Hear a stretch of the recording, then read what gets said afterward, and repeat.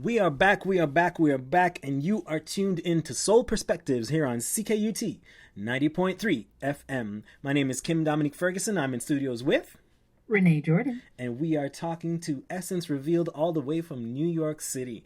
Whoop whoop. Before the break, we were talking a little bit about self care and getting out of your own way and the importance of taking a break. So tell us a little bit more about what you've learned about taking care of yourself, Right. meditation, stuff like that.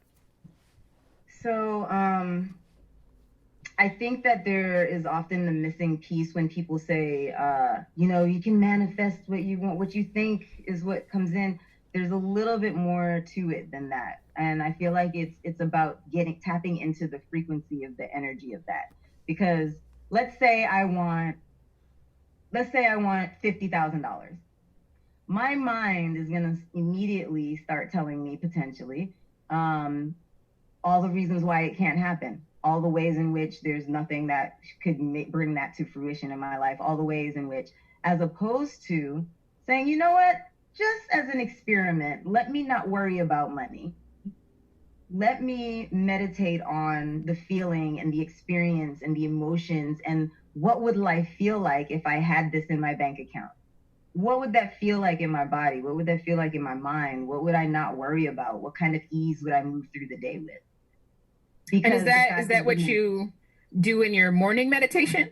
in my morning meditation, I am either getting myself into a place where I am in a loving and happy place because I feel like, especially now, mind and heart coherence meditations are important so that you're starting your day feeling your heart and your body swelling with love. And I do believe also sending that out into the world because the world, it's so heavy right now. So I want to surround myself in the beginning of the day with that energy. Whatever's going to happen is going to happen, but I know that that is where I want to remain, and that is the work that I'm going to do no matter what happens. And then, if there's something that I really feel like I want to manifest, getting into the feeling of when it's here already, not even thinking about it like it's not here, because then you just attract it not being there. So instead of thinking, oh, I don't have this, I don't have that, like imagine if I had this. We're so quick to say, it won't work because da da da da da da, da, as opposed to being like, what if it works? What if it works? And then I don't have to worry about this, and then I can do that, and then these opportunities, or I could just sit down for a whole day. Like, what if it works? Yeah. We never let our minds go deep into that direction. It's We're that always just like, it's not expression. gonna It's happen. that expression is whether you say you can or whether you say you can't, you're always normally right. Right. Yeah. But it's something you have to feel, know, and believe. It's not something you can just give lip service to. Well, how And do that's you where I think, move from that though? Because sometimes I think we are so like entrenched, or even sometimes if we share our ideas with someone else, if they don't believe it for themselves, they don't believe it for you either. So it's like, how do you get them out of your head? How do you get that negative talk out of your head and get into meditating and really finding a zone where you're like, okay, I can do this. I can get the $50,000 that I believing that I can have. Like, how do you move away from the negative talk? Because sometimes it's so strong. I typically don't tell people what I'm working on. Okay. I That would be the first thing. I'm just like, because then they infuse it with their energy, like you just said. So I'm like, less talk, more action. I tend not to talk about the thing until the thing is done, because I don't want anybody putting their doubt or infusing that into my mind. My natural inclination is to doubt myself, like most of us, right? I have to work at putting myself in the opposite direction, but I've been doing it for so long that I'm like, oh wait, this way, redirect. Like the GPS. It's just catching yourself when you start saying, things are going too well right now, so I'm just waiting for something messed up to happen, and being like, no, no, no. Why would I, let me stop that train of thought and say, everything is really good what if everything just continued to be good? If Yeah. everything continued to be good now, then Yeah, You know, because getting into the you're practice of that is basically, hard. It's not easy. because when you get into that mindset, you're inviting in that negative thing to happen. And like I Right. said earlier, you expect it, so it's gonna happen. Right. It's just like, It's like inertia. yeah, it's A the ball in motion is going to continue in motion. yeah, and it's the law of attraction. As much as it feels like what you were saying about it being woo, it's reality. Like if you're fearing something, you're fearing that, okay, you're gonna fail. Then what does the universe give you? It gives you failure. But if you're moving towards success, there will be failure there because you need failure to learn, but Exactly. but you will move towards success. If you let yourself keep going. Yeah. A lot of people will be going towards the success. They get hit with the first failure, and that's the end of the game. Yeah. Anyone who's a performer knows how many years they auditioned for things before they got their real professional, well-paying job. If they stopped after the first 100 no's, I know I went on auditions hundreds before I actually booked something. I'm like, am I going to still have representation? I think that's one of those things that they don't teach you in school. You figure like, okay, I go to school, I get good grades, blah, blah, blah. And once you present yourself for a job or you present yourself for an opportunity, you'll just get it because. Right. That's what they told us. Education is the key, right? Just go to school, get your education, and then the doors open. I feel so hoodwinked. Don't even get me Bamboozled. started. Run amok, led astray. I'm like, I got 2 degrees. But I find that because I've had complaints, I've made complaints online that we're not being taught, especially as artists, we're not being taught the real deal. We should be told from day one, listen, the first class should be rejection 101. How to deal with that. Because I myself, I was very fortunate in Jamaica. I had a lot of opportunities, and because of the connections that my father had as a photographer and working in the entertainment industry, I got doors open for me. I was on television, but then when I came here, I came with my mindset of, I've been on TV, I've been in theater, I've done this, that, and next. I've been in commercials, I've been on newspapers. Came here, and it was womp, womp, womp, and it was like starting from scratch. And it was very difficult to absorb. And even though I went back to school and I went to film school, coming out of film school, I was like, felt me as a black man, I'm like, I didn't see any opportunities out there for me. I didn't think that there was space for me. I tried to connect with certain black organizations and got crickets, so I decided I'm gonna make my own thing. And there was some success in there, but it was a long, hard journey, and right. I feel that especially as artists, we're not given the reality, and just in general, we're not given the reality of what the world is going to give us at the end. And we should also have serious financial and tax classes from the moment we can do math. Artists should have to take business classes.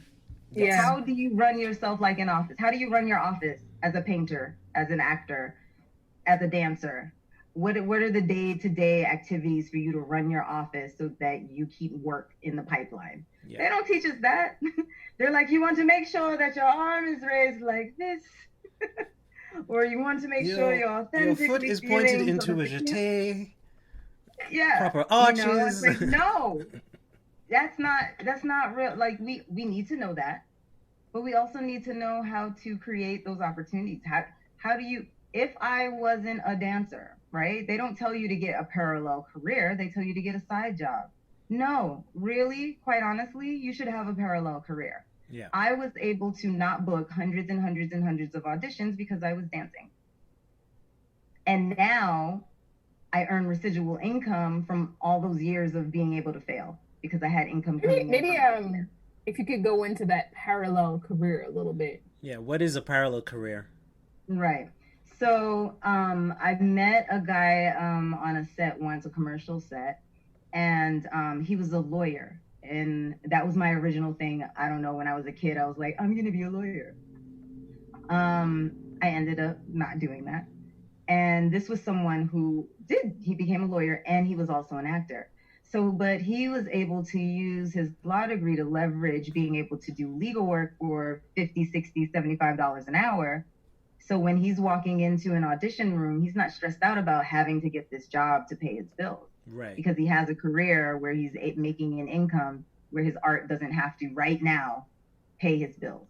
And also he has the freedom from his mind. He's like, okay, I don't need this. I want this. Right. And so therefore I can put my best self forward without being like, oh my God, I really need this job, because if I don't have this job, I'm going to like, all of that stress is gone. So it's just like, hey, I can just come and be my best self. Right. Yeah. I met a group of visual artists in New York who put together their resources and created a gallery. And the gallery is a not-for-profit. They all have their regular jobs. The gallery is very well respected, but it's a not-for-profit organization. But they're able to do whatever it is their medium is without the stress. So they have their careers and they have their art, which is, they're creating very, very well respected work, but they have a parallel career. I really wish somebody would have told me that, have something where you don't have that immediate pressure for your art to pay the bills, so that you can work up to it. And the thing is, like, I've had people tell me about this. Not everybody can do parallel careers that are completely divergent. Like, not everybody can be a lawyer and an actor at the same time, because it's a very different mindset, and some people are more creatively inclined, and that's really where they want to remain. That's why I was a stripper. I made pretty little dances. So we're coming down to the end of the show, but we want to let people know where they can find you and how to get your book, and if they want to book a consultation with you, please give us all the information. Sure. So I have a website. It is www.theessencerevealed.com. There are links through there to book me for consultation, links to get the book, which is available on Amazon. I'm also in the process of getting the audiobook up onto my website, so that will be available there shortly as well for those who like to listen while they're doing other things. I can be found on Facebook, mostly because I'm old. So I am mostly on Facebook, facebook.com/Essence Revealed. On Instagram, I'm trying to get better. I am at The Real Essence Revealed. Real Essence Revealed, no D. At Real Essence Revealed on IG. And yeah, that is, I'm pretty easy to find if you throw Essence Revealed in there. All right. Well, thank you so very much for coming in and talking to us about your experience. I feel, even though like you're a women's empowerment coach, I feel like I've gained a lot from this as an artist, because it's a lot of the things that you were talking about really resonated with me, and I've experienced fear of rejection, not knowing how to set the price point. A lot of that stuff is things that I deal with as well. So thank you very much, because that helped me in our little conversation here. Awesome. Yay. Yeah. So that brings us to the end of the show. Thank you all very much for tuning in. We've been your hosts. My name is Kim Dominique Ferguson. I've been in studios with Renee Jordan. And we'll be back again next week, Tuesday, every Tuesday from 7 to 8:30 p.m. right here on Soul Perspectives on CKUT 90.3 FM.